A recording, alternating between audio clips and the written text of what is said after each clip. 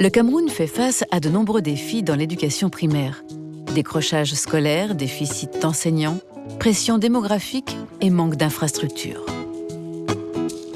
L'AFD accompagne les autorités dans le développement d'un système scolaire accessible et équitable, de qualité et pérenne.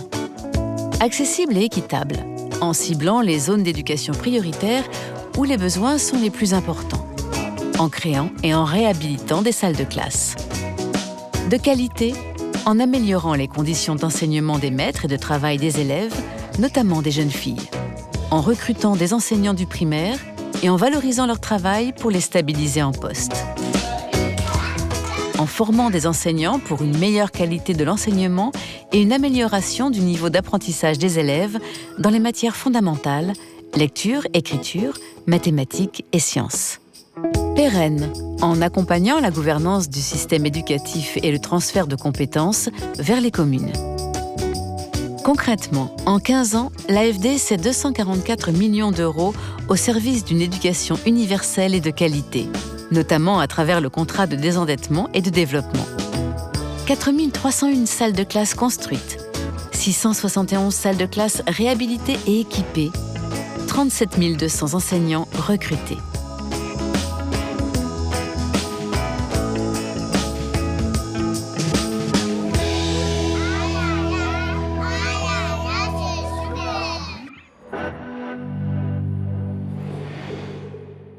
L'école, c'est le lieu par excellence d'inclusion sociale. C'est le lieu par excellence où on doit apprendre aux enfants à cultiver la paix, à tolérer les autres, à réduire les inégalités.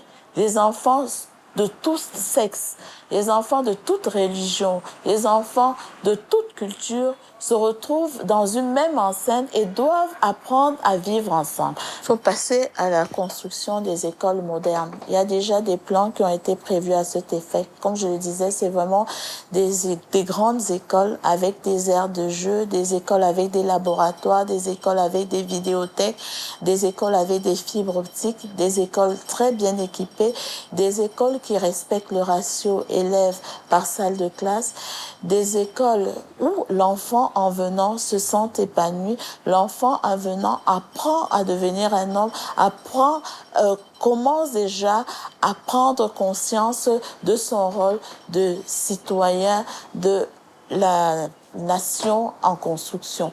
Donc, nous voulons vraiment que l'école de demain soit une école où l'enfant se sent épanoui, où les enseignants également se sentent épanouis, sont valorisés pour la profession qu'ils exercent.